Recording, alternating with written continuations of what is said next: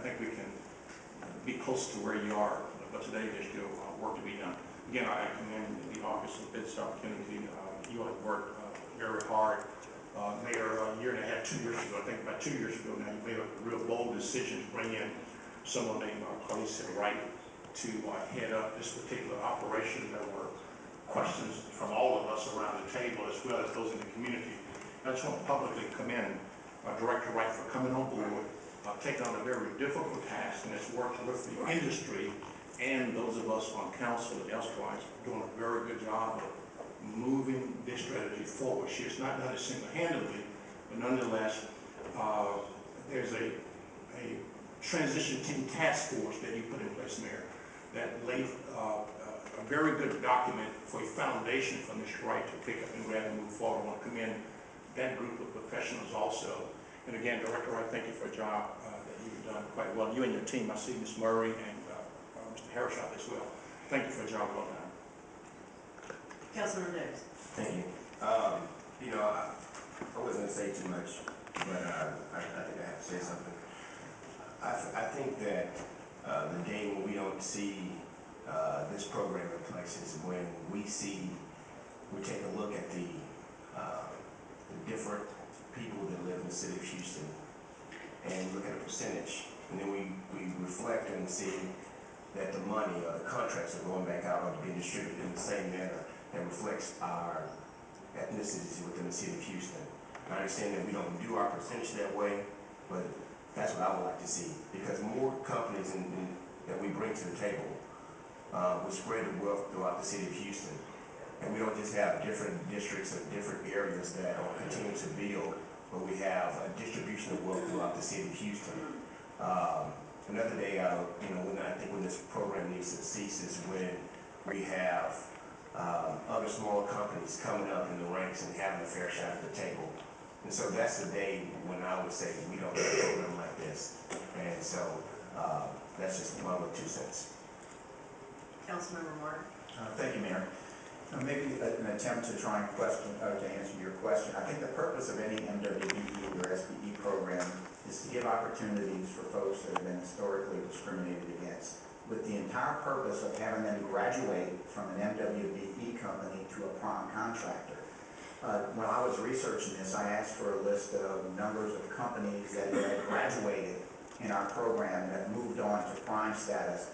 What I'd like for us to do as we go down this path is to make sure that the companies that have graduated don't fall back on the MWBE, SBE list of preferred contractors, and we actually give the needy companies that historically haven't had opportunities those opportunities. Because if we do that, all we're doing is satisfying some type of a quota, which is not the purpose of this program. It's to make sure there's opportunity presented to individual firms so that they can move that firm from one status to a prime status.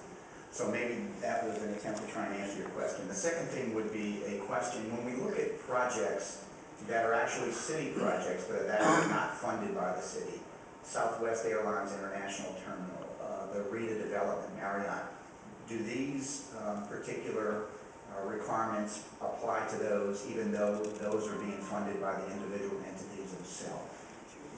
In the cases you mentioned, yes, because that's been specified in our agreements with them, but it wouldn't necessarily. I'm sorry? In the case of the projects you mentioned, yes, they must meet our requirements, but that is because we specified it in the agreements with them, not because they would have to otherwise. Is the best way to do that to make specification within the agreement, or to just let this ordinance apply to? Since our ordinance applies to work for the city of Houston, not for what is it, in essence, a private sector project, and so we think that this is the best way to do it, to negotiate that individually, that they fall within our ordinance. Thank you. Councilmember Green. Thank you, Mayor. So, Houston is a great city. And the reason it's a great city is because there is an opportunity for every Houstonian to be successful, for every Houston-owned business to have an opportunity to grow. And essentially, I think what we're doing today is laying claim that, if you are a small business here in the city of Houston, if you are women-owned minority business here in the city of Houston, that you indeed have a shot. A lot of these firms do not get an opportunity to do work in the private sector. They just don't. For whatever reason, they don't get those opportunities. And so the only opportunity they will have to actually do work, grow their businesses, gain capacity, is through public work. And because we are the stewards of public funds, which we all pay into, we have an obligation to make sure that our city provides opportunity for everyone to move and grow. So Mayor, I want to thank you for working hard on this issue, for not putting it under the table. It's an election year, you could hit it, but you didn't. That shows courage. I appreciate you for that. I want to thank Director Wright for all the hard work that she's done. I want to thank all of our partners that we have in the contracting community. You know, we had some debates that I would say were quite spirited. You know, but at the end of the day, I think everybody's goal was what was in the best interest of the city of Houston.